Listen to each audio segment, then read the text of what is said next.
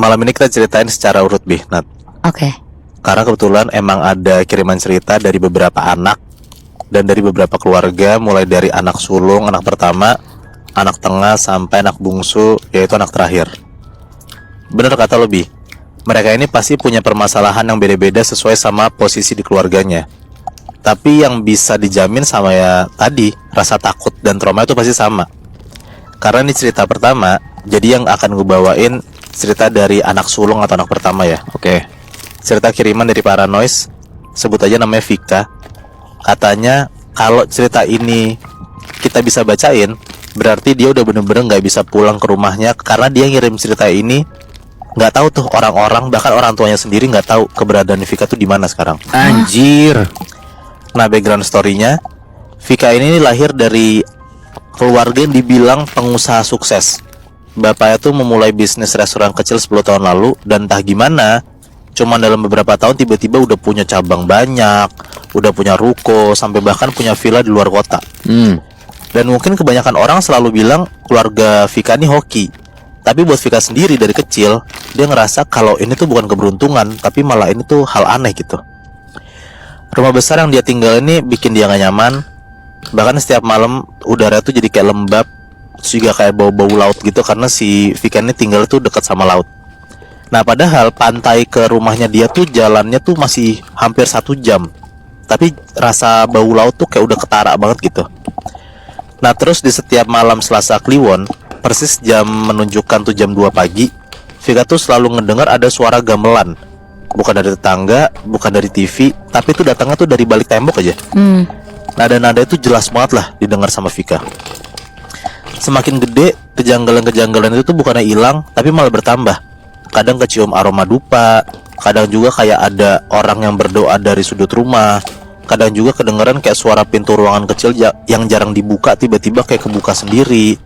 Nah, tapi setiap dicoba nanya ke orang tuanya, jawaban orang tua Vika tuh selalu sama Bi, Nat. Orang tua cuma jawab, itu cuma angin, jangan banyak tanya. Nah, persis seminggu sebelum ulang tahun Vika yang ke-21, dia ini mimpi. Bukan mimpi biasa, tapi ini nyeremin banget katanya mimpinya. Di mimpi itu, Vika tuh berdiri di tengah hutan gelap. Tanah basah tuh nempel di telapak kakinya. Dan dari kejauhan tuh didengar ada suara gamelan. Bercampur juga ada kayak suara air laut gitulah. Udara penuh asap dupa. Dan di antara asap itu muncul tiba-tiba perempuan pakai kebaya hijau. Rambutnya panjang, ujungnya tuh netesin air kayak baru keluar dari laut gitu loh. Sosok ini tiba-tiba noleh pelan-pelan. Dan di situ tuh Vika bisa lihat mata sosok ini tuh kayak mantulin cahaya bulan kayak biru kehijauan gitu. Dia ngangkat tangannya, dan terus si sosok ini bilang, "Dok, udah waktunya pulang." Nah, untungnya Vika kebangun tuh. Walau kondisi waktu pas dia bangun tuh beneran kayak sesak napas, kayak habis ditenggelamin ke laut gitu. Badannya basah kuyup juga karena keringetan. Terus pelan-pelan dia ngedengar ada suara kunci keputar dari luar pintu kamar. Padahal seingat Vika, pintu kamar tuh gak kekunci. Dan tiba-tiba di lantai persis di samping tempat tidurnya udah kegeletak kayak kain kuning basah dengan bercak darah kecoklatan. Bau amis laut tuh juga menyeruak dari kain itu. Dan itu tuh gak tahu punya siapa Bi, Nat. Karena dia panik, dia ambil kainnya dan dia manggil nyokapnya. Nah, pas nyokapnya masuk, bukannya khawatir, muka nyokapnya tuh jadi kayak pucet, kayak orang ketangkep basah gitu. Tanpa pikir panjang, nyokapnya langsung kayak buru-buru ngambil kain barusan, terus pergi, gak ngomong apa-apa. Nah, sebenarnya Vika tuh tahu gitu kalau kayaknya ini ada yang disembunyiin sama orang tua gua gitu. Dia coba nahan diri buat nggak nuduh orang tuanya sendiri, tapi rasa takutnya itu ternyata lebih kuat dibanding perasaan dia, dibanding perasaan positifnya. Ada di satu malam nih, dia ngedenger kayak orang tua tuh lagi berdebat di ruang tamu. Bapaknya tuh kayak teriak-teriak tapi suaranya getar, bilangnya kayak gini, "Tirakat awek dewe sudah dekat. Jangan sampai dia keluar rumah sebelum waktunya. Perjanjian iki nggak bisa dibatalke. Semisal awak dewe mundur, semua bakal hilang gitu aja." Gitu kata bokapnya. Nah, nggak tahu yang diobrolin sama orang tuanya tuh apa. Pokoknya Vika tuh denger bokap yang ngomong kayak gitu. Dan dia denger juga kalau nyokapnya tuh lagi nangis. Tapi dari obrolan ini, Vika tuh kayak notice, kayaknya ada sesuatu hal tuh yang mengerikan gitu. Dia harus milih. Dia pura-pura nggak tahu atau nekat cari tahu. Nah, akhirnya dia ambil yang kedua, dia nekat cari tahu. Besokannya Vika tuh diam-diam pergi ke rumah Pak Topo namanya. Itu tuh tetangga yang dianggap sama warga sana tuh sesepuh desa lah. Nah, diceritain lah sama si Vika ini tentang keluarganya. Waktu pas Pak Topo denger nama keluarga Vika, muka tuh langsung pucet bih. Nah, detik itu juga Vika langsung disuruh buru-buru cabut dari rumah. Dan si Vika bingung maksudnya kayak kenapa disuruh cabut gitu kan.